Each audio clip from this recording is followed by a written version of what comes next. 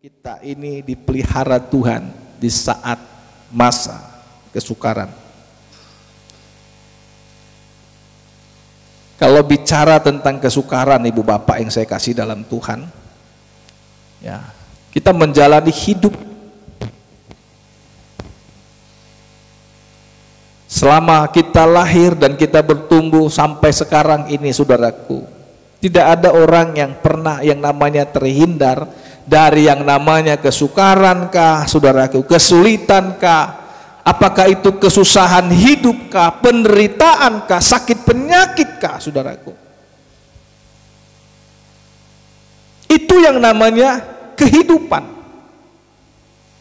Jadi roda kehidupan, saudaraku, tidak selamanya kita ada di zona nyaman, zona tenang, zona saudaraku hidup tanpa masalah. Tidak, saudaraku. Yang namanya kehidupan itu pasti berbentur dengan apa yang namanya kesusahan hidup, saudaraku. Karena Yesus bilang kesusahan sehari cukuplah untuk sehari, karena hari esok juga punya kesusahannya sendiri. Tapi bagaimana, saudaraku, orang menjalani hidup di dunia ini, saudaraku? Mazmur 90 berkata, saudaraku, bahwa hidup manusia itu 70-80 tahun saja. Dan kalaupun lebih, kebanggaannya adalah penderitaan juga, kesukaran juga. Nah, bagaimana, saudara yang saya kasih dalam Tuhan, ketika firman Tuhan berbicara sebuah kebenaran dari Mazmur pasal 90, saudaraku, 34 ayat 20 dikatakan bahwa kemalangan orang benar itu banyak, kemalangannya banyak, tapi Tuhan melepaskan dia dari semuanya itu. Inilah mujizat, saudaraku. Kemalangan orang benar banyak, tapi Tuhan melepaskan, saudaraku, dia dari semuanya itu. Nah, saya merindukan sesuatu, saudaraku, yang baru dapat terjadi dalam hidup kita, khususnya, saudaraku, anak-anak Tuhan dimanapun berada pagi hari ini. Situasi belakangan ini, saudaraku, kita bisa melihat ada kabar-kabar baik, saudaraku, ya, di mana ada banyak negara yang sudah mulai pulih, ada banyak orang yang sakit sudah mulai sembuh, dan belum bisa ditentukan kapan pandemi, ya, virus COVID-19 ini, saudaraku, selesai. Tapi biarlah kita belajar seperti Yakub, menerima berkat itu dengan bergumul kepada Tuhan.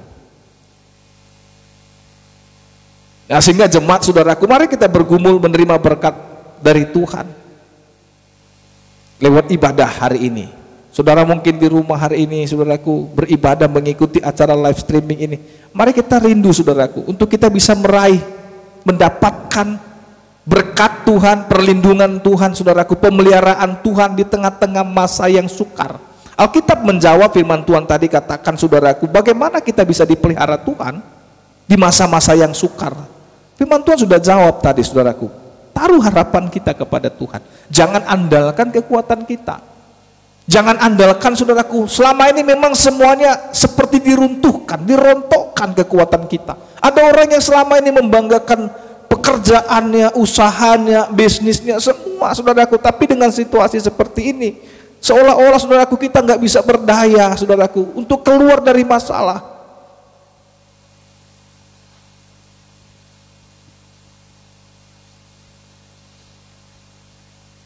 Keadaan mungkin satu hari, saudaraku, dunia bukan semakin baik, keadaan dunia bisa semakin parah, semakin buruk.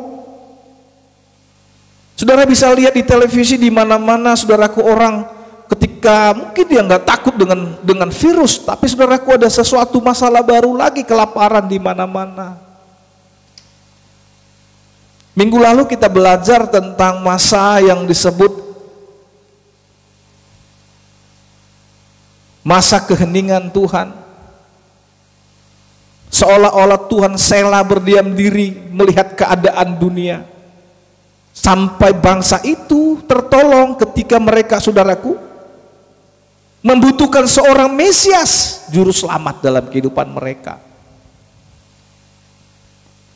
Masa Abraham juga ada masa sukar, masa Ishak juga ada masa sukar, masa Yakub juga ada masa sukar.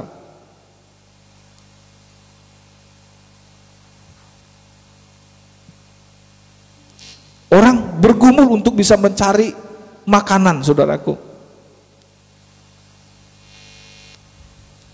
Tapi ketika Daud, saudaraku, mengangkat sebuah pengalaman hidup dari Mazmur pasal 37, Bapak Ibu kita bisa lihat keluar sebentar dari kitab Yeremia, dari Mazmur pasal 37 ayat yang ke-25. Ini, saudaraku, merupakan sebuah pernyataan seorang raja, saudaraku, dan raja itu, saudaraku, sudah ujur usia, sudah mulai senja, sudah mulai dekat dengan kematian.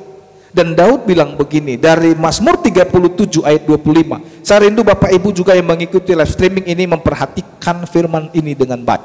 Sama-sama kita baca 3, 2, 1 ya. Dahulu aku muda, sekarang telah menjadi tua, tetapi tidak pernah kulihat orang benar ditinggalkan atau anak meminta-minta roti. Saudara yang saya kasih dari Tuhan, sesulit apapun, sesukar apapun, tapi ada menjadi sebuah kesaksian dari seorang, ada sebuah kesaksian dari seorang bernama Daud, saudaraku. Daud bilang, dari aku muda sampai aku menjadi tua, belum pernah kulihat keturunan orang benar itu, saudaraku, meminta-minta roti.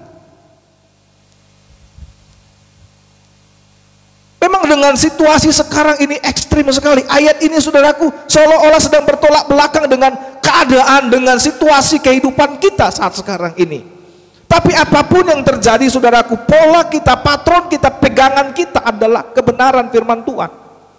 Yang membuat iman kita tidak bergeser dari patok, yang membuat iman kita tidak bergeser dari nilai-nilai firman, saudaraku. Zaman-zaman sulit bisa terjadi, zaman-zaman sukar bisa datang. Tetapi saudaraku, satu iman percaya kita, Tuhan memelihara kita di masa kesukaran.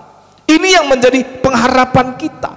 Ini yang menjadi, saudaraku, keinginan kita. Ketika itu terjadi, saudaraku, Alkitab bilang, ayo mulai sekarang kita hidup belajar mengandalkan Tuhan. Sebab itulah caranya kita diberkati Tuhan. Diberkatilah orang yang mengandalkan Tuhan, yang menaruh harapannya pada Tuhan. Ya seperti pohon yang daunnya tetap hijau dan tidak khawatir menghadapi tahun kering dan tidak berhenti menghasilkan buah.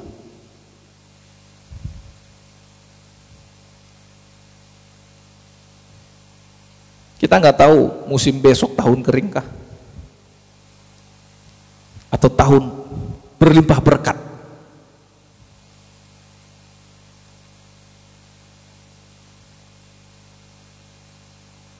Kalau pengharapan dari dunia, saudaraku, pasti mengecewakan.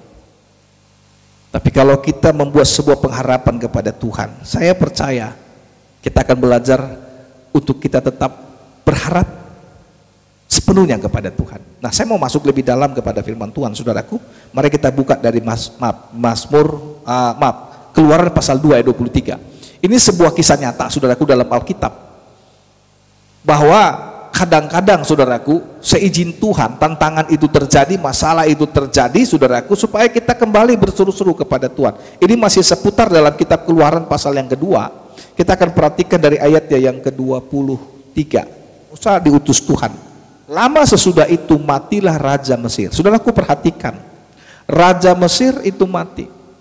Raja Mesir itu mati. Bukan berarti kesengsaraan mereka selesai. Bukan berarti persoalan selesai. Dengan matinya raja, saudaraku, bukan berarti tantangan itu selesai. Alkitab bilang, saudaraku, tetapi orang Israel itu masih mengeluh karena perbudakan. Dan mereka berseru-seru sehingga teriak mereka minta tolong karena perbudakan itu sampai kepada Allah. Allah mendengar mereka mengerang, lalu ia mengingat kepada perjanjiannya dengan Ishak dan Yakub. Maka Allah melihat orang Israel itu dan Allah memperhatikan mereka. Allah memperhatikan mereka. Ini kabar baik yang luar biasa buat kita, saudaraku. Mungkin masalah belum selesai, pergumulan belum selesai, COVID belum selesai, kelaparan datang lagi, saudaraku, samsara datang lagi, tantangan datang lagi. Tapi firman Tuhan ini membuat setiap kita mendengar akan mengalami damai sejahtera ketika Allah melihat orang percaya itu dan Allah memperhatikan mereka. Ini sebuah kabar baik buat kita, saudaraku. Kita tidak perlu cemas hari esok apa yang terjadi, tapi kalau Allah memperhatikan kita, inilah kabar baik buat kita semuanya. Puji Tuhan. Tuhan utus Musa. Kenapa? Mengingat perjanjiannya dengan Abraham, Ishak dan Yakub. Allah itu adalah Allah yang selalu ingat akan janjinya. Dia tidak akan pernah membiarkan orang benar, saudaraku, menderita sengsara. Orang yang dicintainya menderita sengsara. Orang yang dicintainya mengalami masalah kesukaran, saudaraku. Begitu banyak orang menderita. Jutaan orang sedang mengalami penderitaan, saudaraku. Saatnya kita berseru kepada Tuhan. Saatnya kita meminta pertolongan Tuhan. Sehingga Tuhan memperhatikan kesengsaraan kita. Waktu kita berdoa kepada Tuhan, menyampaikan keluh kesah kita kepada Tuhan, Tuhan dengar. Dan Efesus pasal 3 ayat 20. Kita buka, saudaraku, kitab Efesus pasal yang ketiga ayat 20. Ayat ini berkata, saudaraku, jauh-jauh dari apa yang kita doakan, saudaraku, Tuhan akan mendengar, Tuhan akan menjawab setiap doa kita. Nah, perhatikan, bagi Dialah yang dapat melakukan jauh lebih banyak dari apa yang kita doakan atau pikirkan, seperti yang ternyata dari kuasa yang bekerja di dalam kita, jauh lebih banyak. Nah, saudaraku, bagian kita adalah berharaplah pada Tuhan, sampaikan segala sesuatu, keluh kesah kita, permohonan kita, pergumulan kita kepada Tuhan. Maka jauh dari lebih apa yang kita pikirkan, jauh dari apa yang kita doakan, ternyata ada kuasa Tuhan yang bekerja kita. Ada kuasa dan pertolongan Tuhan yang bekerja dalam diri kita. Ada banyak orang yang gak berani melangkah. Seolah-olah, saudaraku, mereka kehilangan. Mereka menjadi orang-orang yang pesimis, saudaraku. Menjadi orang-orang yang, wah, ini gak bisa lagi, saudaraku. Mereka jadi orang-orang yang bingung. Tadi malam ada sebuah film, kalau Bapak Ibu ikutin, saya lupa itu film dari ANTV atau apa. Judulnya itu Min, itu Ranjau. Saya ikutin, saudaraku, ada 2 orang prajurit yang diutus kan dengan sebuah misi, sersan dan seorang kapten. Kapten itu memimpin.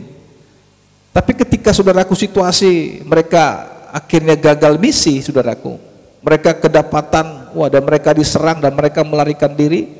Di padang gurun itu, saudaraku, ada ranjau. Jadi judul filmnya itu Ranjau. Yang terjadi adalah, saudaraku, ketika 2 orang ini mulai depresi, mulai mengalami tekanan, saudaraku, mereka butuh air habis, saudaraku, mereka butuh jemputan belum datang. Akhirnya ada seorang yang halusinasi, ya, kemudian, saudaraku, terpijaknya lah sebuah ranjau dan meledak. Dia kehilangan kaki, dia stres, akhirnya diambil senjata dan tembak kepalanya, mati. Satu lagi masih hidup, tapi dia meminjak sesuatu, saudaraku. Dan ketika dia menginjak sesuatu, dia merasa, saudaraku, ini adalah raja. Dia bertahan, saudaraku, untuk tidak kaki yang di sebelah salah satu kanan atau kiri kakinya, sehingga dia berjuang, saudaraku, bagaimana supaya kaki itu tidak terangkat dan ranjau tidak meledak, dengan berbagai cara, saudaraku. Dia mencoba untuk minta pertolongan. Wah, situasi padang gurun lagi badai, seolah-olah, saudaraku, nggak ada jalan lain.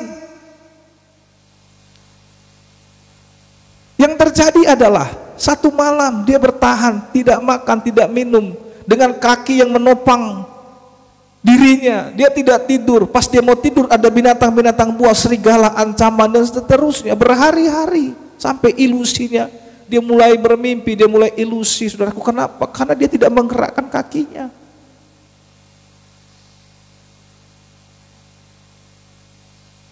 Ada seorang bilang, saudaraku, ayo kamu jadi orang merdeka. Saya orang merdeka. Gerakkan kakimu, langkahkan kakimu. Dia takut, saudaraku. Kenapa? Dia bilang, aku menginjak ranjau. Belum tentu yang diinjaknya itu ranjau, saudaraku. Tapi ketakutannya, saudaraku, wah, kekhawatirannya itu membuat dia nggak bisa bergerak.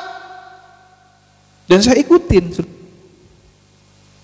film itu. Dan memang yang dia pijak itu bukan ranjau, tapi hanya sebuah seperti tabung yang di dalamnya itu ada boneka kecil seorang tentara. Ketika dia berjuang, dia lihat hanya itu yang membuat dia berhari-hari berjuang, tidak makan, tidak minum, tidak bergerak, hanya di situ saja. Kenapa? Kekhawatirannya dia menginjak ranjau, padahal belum tentu ranjau. Sehingga harus dijemput lagi di waktu yang tepat oleh kesatuannya. Nah, saudara saya kasih dalam Tuhan, ada begitu banyak kehidupan kita juga seperti itu. Kita anggap kehidupan kita ini sedang kena ranjau, lalu kita nggak bisa melakukan apapun, kita nggak bisa berbuat apapun, seolah-olah kita hidup menjadi orang yang pesimis. Saudaraku, kita menyerah dengan keadaan. Bagaimana kita tahu ke depan kalau kita tidak berani melangkah berjalan, saudaraku? Orang yang berharap pada Tuhan itu bukan orang yang pesimis, tapi orang yang berharap pada Tuhan adalah orang yang berani melangkah, orang yang berani berbuat, orang yang berani berjalan, orang yang berani melakukan sesuatu terobosan. Mungkin di masa sekarang apa yang bisa kita lakukan? Saya katakan sekali lagi, hidup yang mengandalkan Tuhan, ada begitu banyak cara Tuhan untuk menolong. Ada pujian yang manis, saudaraku. Ayo saya rindu kita semua bernyanyi dulu, membangkitkan sukacita kita. Main di E boleh bang? Kita sama-sama katakan, kau selalu punya cara untuk menolongku. Kau selalu punya jalan keajaibanmu. Kau dahsyat dalam segala perbuatanmu. Katakan, dan ku tenang di dalam cahaya. Selesai kami pulang dalam pelayanan, saudaraku, KKR kasih melanda umatnya dari daerah Pangururan atau Nenggolan. Jam 2 pagi, saudaraku, bus yang kami tumpangi adalah bus Mutiara Holidays. Dan bus itu berjalan mungkin lebih kurang 80 km per jam. Selesai gempa, ada banyak jembatan putus di Samosir. Dan pada waktu itu saya ada di pangku di paling depan di sebelah supir bersama dengan ibu. Saya lupa mungkin 2006, 2007 ya. Kejadian itu atau 2008 lah kurang lebih. Dan yang terjadi adalah, saudaraku, bus yang kami tumpangi ini dengan kecepatan yang lumayan, jam 2 pagi lebih, saudaraku, karena selesai ibadah KKR itu kami berangkat bersama-sama. Di dalamnya ada singers, tim pendoa, ada pemusik. Dan lebih kurang kami ada di bus itu sebanyak 30 orang, lebih kurang. Dan sesuatu yang mengejutkan adalah pada saat kami sedang tidur nyenyak, saudaraku, tiba-tiba mobil ini dengan kecepatan yang lumayan tinggi, saudaraku, mengerem. Dia rem, saudaraku, dengan suara rem yang luar biasa. Kenapa? Karena jembatannya putus tapi tidak dibikin tanda. Dia rem, saudaraku, cii. Yang terjadi adalah mobil kami ini terjun, saudaraku. Tapi ada sesuatu yang luar biasa. Ketika mobil bus ini terjun ke sungai, kami nggak tahu kami terjun di mana waktu itu, karena situasinya gelap, kami semua sedang tertidur nyenyak. Dan ketika direm, saudaraku, pikiran saya, saudaraku, kami itu sedang ada di salah satu tebing, saudaraku, di sebuah gunung di Danau Toba. Dan waktu itu mobil itu jatuh pelan-pelan, saudaraku, seolah-olah seperti jatuh di tanah yang begitu lembut lah, saudaraku. Kayak ada yang nahan, kayak nyangkut di pohon mangga di pinggir perapat, kira-kira gitu. Saya waktu itu terkejut, saudaraku, dan saya bangun. Dan saya udah bangun itu sudah bergulat dengan salah satu kenek atau Pak Mangunsung, saya lupa. Saya udah bergulat di kaca, saudaraku, dengan dia, kaca mobil itu di depan. Karena saya udah waktu tidur, direm begitu, udah langsung lot, saudaraku, ke depan. Dan waktu mobil itu berhenti, pikiran saya begini, saya suruh semua tenang. Stop, jangan bergerak ya, jangan bergerak, stop. Karena saya takut mobil itu sedang tersangkut di pohon mangga, saudaraku, tinggal terjun bebas ke Danau Toba.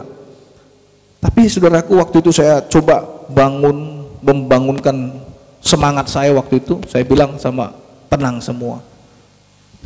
Saya bukalah pintu mobil, saudaraku. Tahu dalam pikiran saya, kalaupun terjun ke Danau Toba, saya Iya, duluan saudaraku, biar jangan ada yang korban. Tapi pada waktu itu saya perhatikan, kok ada rumput. Saya turunkan kaki saya, karena lampu mobil itu sudah nancap di lumpur. Jadi gelap semua saudaraku. Saya nggak tahu mau kemana saudaraku, tapi waktu itu saya pijak saudaraku, dan saya mijak tanah. Saya mulai bisa lihat sekeliling. Wah, ini di dataran tempat yang rata, tapi saya lihat mobil, wah di atas sudah jalan saudaraku. Dan di dekat kami itu batu-batu besar, karena itu sungai, tapi jembatannya terputus. So, aku bisa bayangkan mobil yang 40 seat itu hanya sedikit kelihatan di atas. Lalu saya bilang sama ibu, turun mami. Saya suruh pelan-pelan turun semua. Dan kami turun saudaraku, dan kami berdoa. Lebih kurang jam 3:30 pagi kami semuanya menangis berdoa saudaraku, berterima kasih sama Tuhan. Kenapa? Karena nggak ada satu orang pun yang terluka di masa itu. Kalau orang lihat mobil itu jungkir baliknya saudaraku, udah orang bayangkan kami semua ada di rumah sakit, di mana, di Perapatkah atau di Pangururan ini, semua penumpang ini, satu pun nggak ada yang luka. Tapi pada waktu detik-detik saya mau turun, inilah sebuah pergumulan saudaraku. Kami ini ada di mana? Di gunungkah, di tebingkah, di jurangkah? Tapi kalau saya nggak melangkah, nggak membuka kaca, kami akan semalam-malaman seperti itu tergantung. Tidak ada seorang pun yang berani keluar saudaraku. Tapi begitulah mungkin dalam keadaan kehidupan kita sehari-hari. Kita seolah-olah sedang ada dalam sebuah ranjau saudaraku, yang akan meledak kalau kita angkat kaki kita. Situasi yang seperti itu membuat kehidupan kita mencekam saudaraku. Kalau kita menjadi takut menghadapi hidup kita, menghadapi situasi-situasi sekarang ini saudaraku. Tapi ingat janji Tuhan yang luar biasa. Ayo berjalan, ayo melangkah. Kita ini orang merdeka. Dan kalimat itu memotivasi sebenarnya kehidupan kita, untuk kita bisa berani berjalan melangkah saudaraku, menghadapi setiap tantangan dan kondisi dalam kehidupan kita. Satu kabar baik kita akan perhatikan dari Ibrani pasal 4 ayat 15. Saya saudaraku rindu membagikan firman Tuhan ini supaya kita nggak mengalami yang namanya masa ketakutan, mencekam saudaraku, tapi kita belajar untuk selalu berharap mengandalkan Tuhan. Saya rindu sama-sama baca Ibrani pasalnya yang keempat ayat 15, 3, 2, 1 ya. Karena kita sekarang mempunyai imam besar agung yang telah melintasi semua langit, yaitu Yesus anak Allah. Baiklah kita teguh berpegang pada pengakuan iman kita. Lanjut lagi. Sebab imam besar yang kita punya bukanlah imam besar yang tidak dapat turut merasakan kelemahan-kelemahan kita. Sebaliknya sama dengan kita, hanya tidak berbuat dosa. Saudaraku, dia adalah imam besar yang turut merasakan kelemahan-kelemahan kita. Dia turut merasakan kelemahan-kegelisahan. Dia tahu saudaraku kegelisahan-kegelisahan kita. Dia tahu apa yang menjadi kecemasan-kecemasan kita. Dia tahu apa yang menjadi kesukaran-kesukaran yang kita alami dalam kehidupan kita. Dia imam besar yang turut merasakan. Ya saudaraku, ini kabar baik buat kita. Tuhan merasakan apa yang menjadi pergumulanmu hari-hari belakangan ini. Dia bukan Bapa yang lepas tangan, tapi dia Bapa yang memeluk kita, mengasihi kita, mendekap kita, yang memperhatikan kebutuhan hidup kita. Dia berkata, mintalah engkau akan diberi, carilah engkau akan mendapat, ketuklah maka pintu akan dibukakan bagimu. Jangan khawatir apa yang kau makan, minum dan pakai. Burung di udara saja tidak bekerja, dia pelihara, apalagi kita.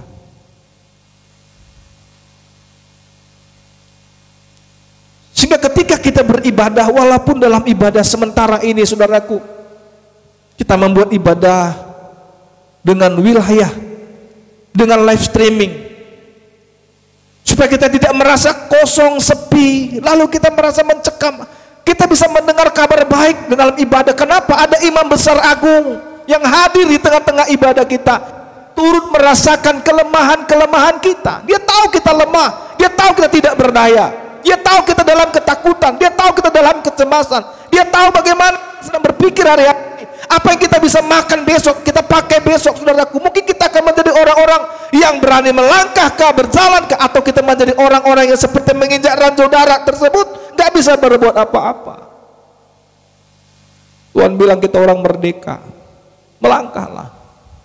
Karena begitu banyak orang nggak bisa berbuat karena ketakutan. Dia pikir ranjau, hanya sekedar tabung biasa saja yang di dalamnya hanya ada gambar tentara yang sedang menembak itu, saudaraku. Itu semuanya di dalam isinya. Tapi dia berhari-hari ketakutan, nggak berani melangkah dalam hidupnya. Kita harus bersemangat loh, optimis. Amin ya.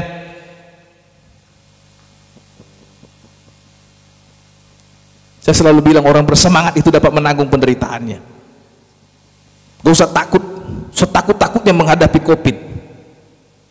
Ikuti anjuran pemerintah, tapi tegar di masa sukar. Ada imun. Hati yang gembira adalah obat yang manjur. Kenapa orang banyak drop? Karena belum bertarung dia, saudaraku, sudah kalah duluan.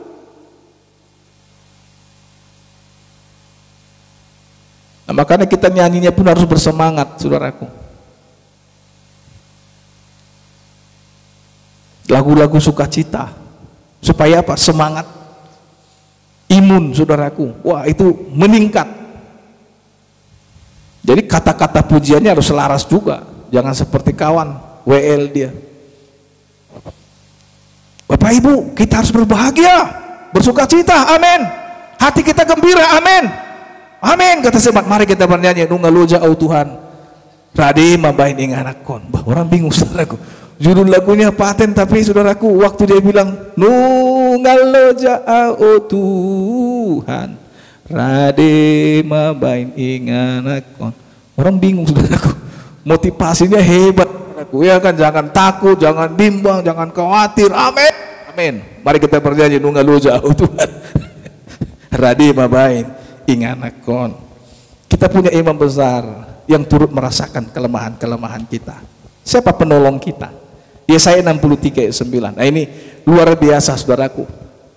Dia datang sendiri sebagai penolong yang menolong kita. Nah, Yesaya pasal 63.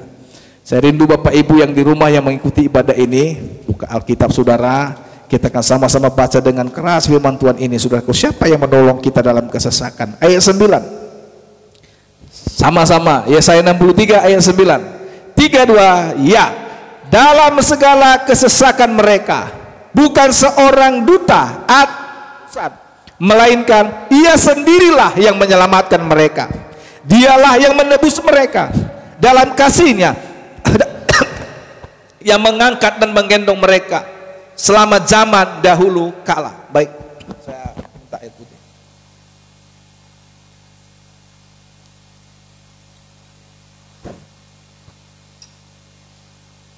Oke, Bapak Ibu, mohon maaf ya, saya ulang sekali lagi, saya baca aja. Dalam segala kesesakan mereka, bukan seorang duta atau utusan. Ini berkat yang luar biasa. Dia bukan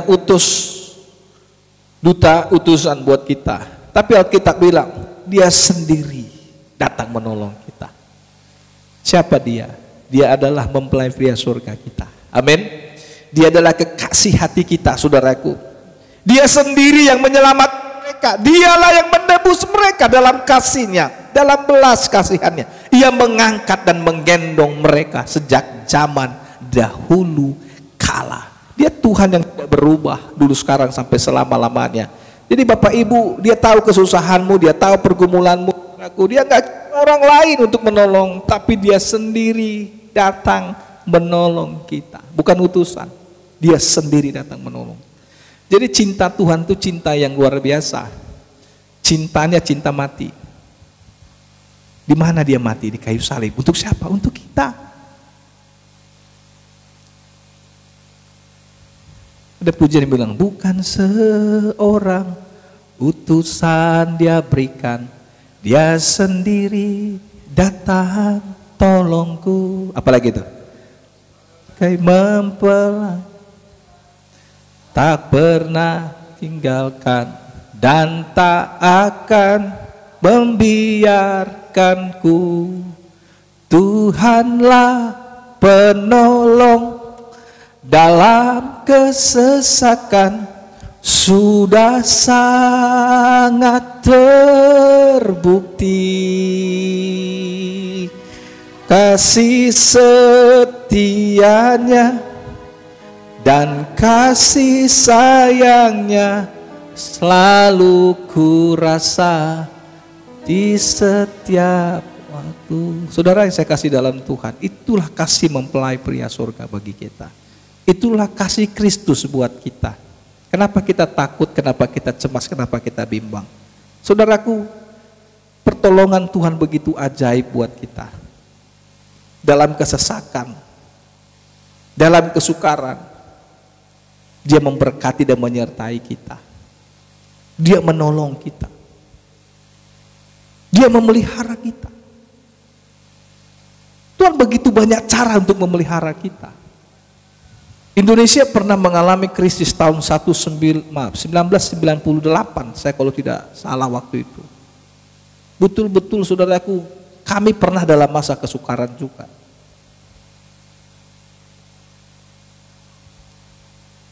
Karena kami juga punya seorang bapak dulu, saudaraku, sakit.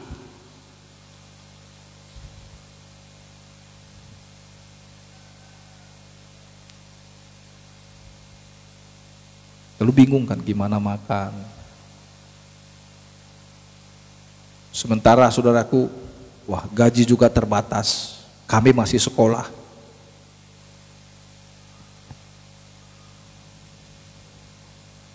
Jujur kami pernah bingung juga gimana ya, masih lanjut gak kita sekolah. Keluarga kami bilang begini, ungabe di gudang lo tano di huta, mula amamu tu huta ima kereju hamu. Sementara rumah yang kami tinggali adalah rumah papan, dan rumah itu mulai mereng. Kami pernah bangun pagi saudaraku, ada orang lewat dari rumah kami bilang rumah hantu. Bapak ibu mungkin belum, tapi rumah kami pernah dibilang rumah hantu karena jelek. Sementara kami mulai bertumbuh, ada gadis, ada remaja gitu, mulai kenal malu saudaraku. Sementara papa kami kan sakit, gak bisa mau bikin apa saudaraku.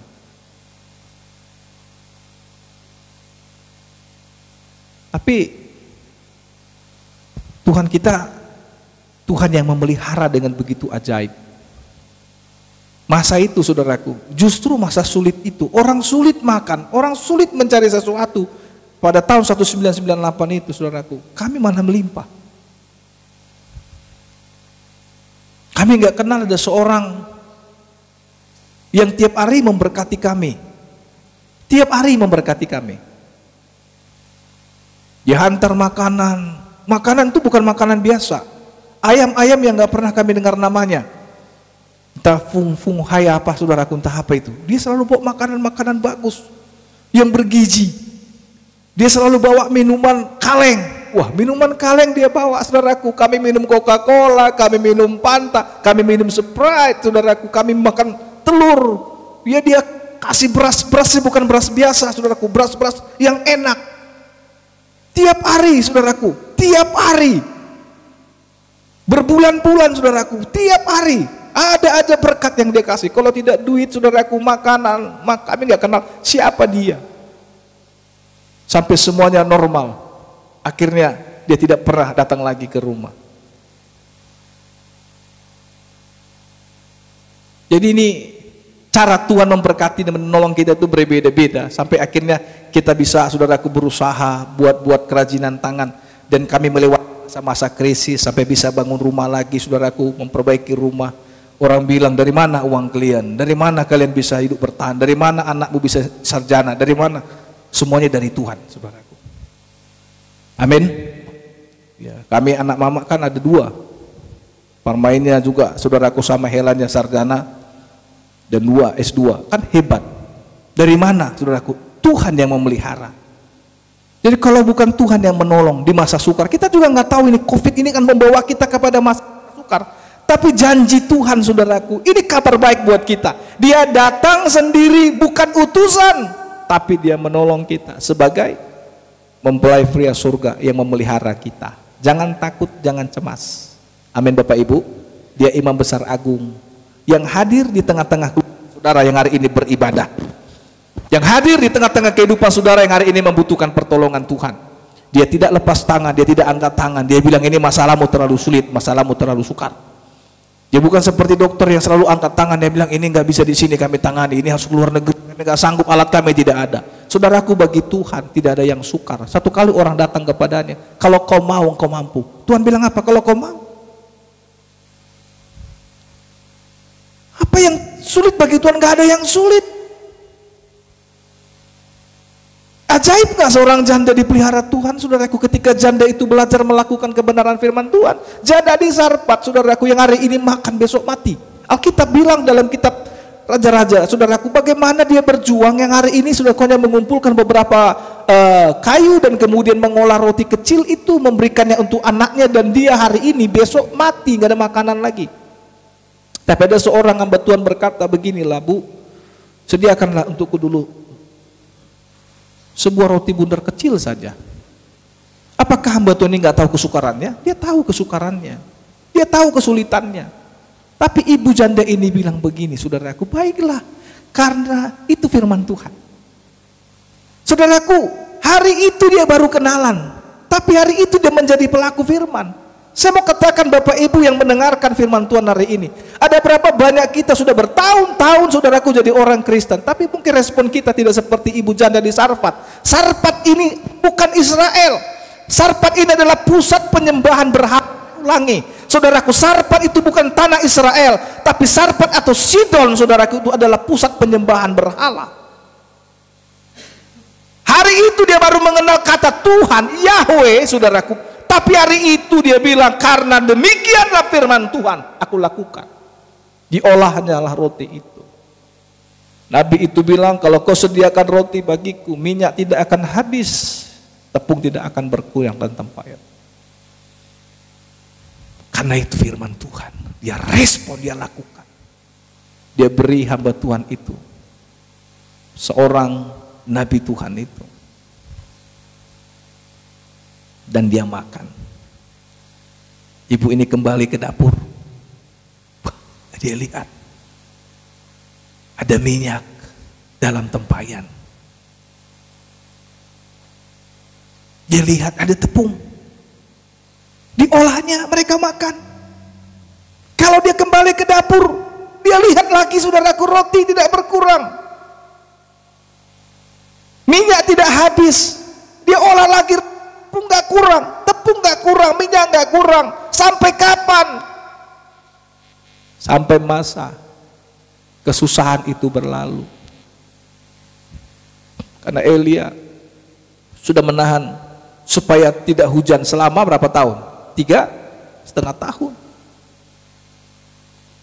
Di mana-mana terjadi masa kekeringan, kelaparan, kesusahan. Tapi ibu yang dengar firman, yang merespon firman, di rumah itu ada mujizat. Jadi Tuhan tidak kalah melakukan mujizat. Kadang-kadang kita yang kalah, kita yang nyerah. Waktu Elisa menghadapi istri seorang nabi yang banyak utang, gak terbayar lagi, rumahnya dijual, dia anaknya pun gak bisa bayar utang. Dia hanya bilang, apa yang kau punya? Hanya ada minyak sedikit, masuklah ke kamarmu. Di tempat yang tertutup, Tuhan bisa lakukan mujizat. Ketika dia isi buli-buli, ada lagi minyak, nggak habis, seperti mata air terus. Dia bilang ada lagi, ambil lagi, pinjam sama tetangga, pinjam.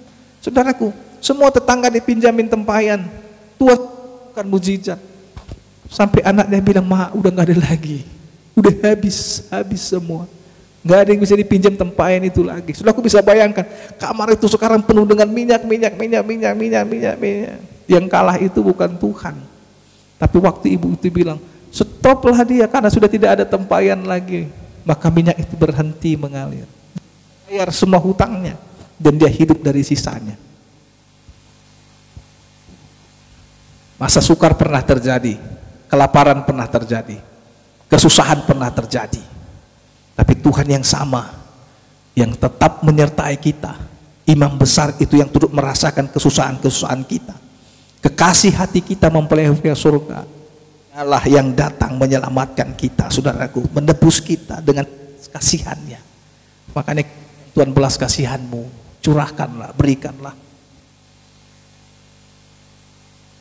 Kalau saya buka kadang-kadang handphone ini, saudaraku, lalu ada reklame di situ. Setelah masa pandemi ini nanti berakhir, maka mobil yang paling laris, saudaraku, adalah mobil ini. Dalam hati saya, pula mesti berpikir menurut mobil.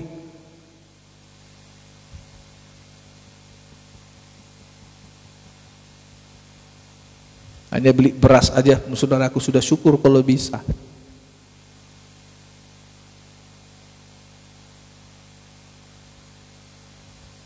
Dunia sedang dihebohkan dengan PHK besar-besaran. Ada sebagian negara yang mulai buka lockdown itu, tapi PBB mengingatkan, WHO mengingatkan, hati-hati dengan kebijakan.